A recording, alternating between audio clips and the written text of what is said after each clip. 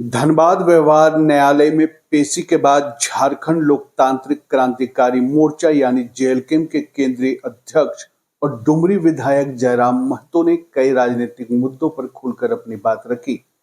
उन्होंने Siyaljori electro steel धरना मामले में अपने खिलाफ दर्ज केस, जेपीएससी अभ्यर्थियों के आंदोलन, धनबाद में ईडी की कार्रवाई और भाजपा सांसद ढुल्लू महतो को लेकर तीखी प्रतिक्रिया दी। आपको बता दें कि जयराम महतो शुक्रवार को सियालजोरी इलेक्ट्रो स्टील धरना मामले में धनबाद व्यवहार न्यायालय में पेश हुए। अदालत से बाहर निकलने के बाद उन्होंने कहा कि घटना के समय वो धरना स्थल पर मौजूद नहीं थे, लेकिन सिर्फ पोस्टर में तस्वीर होने के आधार पर उन्हें आरोपी बना दिया गया।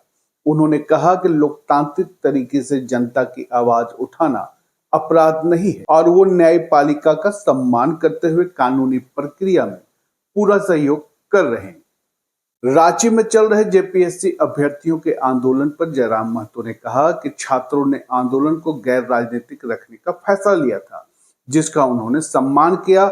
उन्होंने कहा कि वह मंच पर नहीं गए, लेकिन छात्रों की जायज मांगों के साथ खड़े हैं। दादा जेपीएससी को लेकर स्टेडियम में धरना चल रहा, क्या कहेंगे? जी बिल्कुल, छात्रों की मांग वाजिब है। हम लोगों ने पहले ही दिन तर्क दे दिए थे कि जेपीएससी की जो परीक्षा है उसमें गड़बड़ी का कारण क्या है। वो एमआर सीट अभ्यर्थी को शायद कस्टडी में लिया जा चुका है, बड़का गांव की कहीं का है, जिसमें 48 क्वेश्चन टिक था। दूसरा तर्क दिया था कि आयोग के सदस्यों का हस्ताक्षर ना होना और उनका भी स्वयं मुख्यमंत्री को एक पत्र लिखकर अवगत कराना।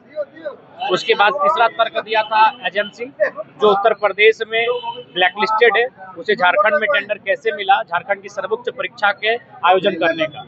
ऐसे हम लोगों ने 4-5 ऐसे बिंदु दिए थे जिनको अगर कम समझ वाले लोग भी अगर उन बिंदुओं पर थोड़ा सा चिंतन करें तो उन्हें स्पष्ट लगेगा कि जेपीएससी की जो परीक्षा है 14वीं, जिसमें उनका जो प्रारंभिक परीक्षा में मूल रूप से धांधली हुई है, कई प्रकार की विसंगतियां हुई हैं और उसी के आलोक में जो कार्यक्रम आह्वान हुआ है छात्रों का, उसमें जेएसएससी की भी कुछ परीक्षाएं हैं, अन्य कई परीक्षाएं हैं जिनमें गड़बड़ी के मामले प्रकाश में आए हैं और राज्य स्तरीय छात्र एक मुहिम बनाकर एक अभियान के तहत इस आंदोलन में जुटे हैं और हम लोग उसका पूर्ण समर्थन करते हैं। और फिलहाल उनकी ओर से एक मांग है, अपील है कि हम लोग अप्रत्यक्ष रूप से उनका समर्थन करें और बिल्कुल कर रहे हो। पूरा एड़ी चोटी के साथ इस आंदोलन में हम लोग खड़े हैं। साथ ही उन्होंने कहा कि देवेंद्र नाथ महतो छात्रों के हक और अधिकार की लड़ाई का प्रभावी नेतृत्व कर रहे हैं। धनबाद में हाल ही में हुई ईडी की कार्रवाई पर प्रतिक्रिया देते हुए जयराम महतो ने कहा कि अवैध तरीके से संपत्ति अर्जित करने वालों के खिलाफ जांच एजेंसियों की कार्रवाई होना स्वाभाविक है। हालांकि उन्होंने यह भी कहा है कि कार्रवाई पूरी तरह निष्पक्ष होनी चाहिए और जांच एजेंसियों को सभी मामलों में समान मानदंड अपनाने चाहिए। ईडी को लेकर क्या कहेंगे? देखिए, ईडी तो खैर समय समय पर ईडी आपकी वो एक ऐसी व्यवस्था है जो समय समय पर आपको चोट देती रहेगी जब तक आप अवैध कारोबार में रहेंगे। सवाल है कि जब तक आप संरक्षण अगर किन्हीं का प्राप्त है और उनका संरक्षण टूट जाता है तो ये होगा। ईडी को कार्रवाई करे, निष्पक्ष होकर करे, सभी के पास छापे मारे, जो केंद्र सरकार के साथी हैं उनके जो विधायक सांसद हैं उनके यहाँ भी छापे मारे। ये जो मिला उनसे हमें लगता है कई गुना ज्यादा मिलेगा। धनबाद के भाजपा सांसद ढुल्लू महतो पर निशाना साधते हुए जयराम महतो ने आरोप लगाया कि जब तक ढुल्लू महतो भाजपा में है उनका कोई बाल भी बांका नहीं कर सकता। उन्होंने यह भी कहा कि अगर किसी को जांच एजेंसियों की कार्रवाई से बचना है तो उसके लिए दिल्ली जाकर एनडीए का दामन थाम लेना ही काफी है। आइए आपको सुनाते हैं कि उन्होंने क्या कहा।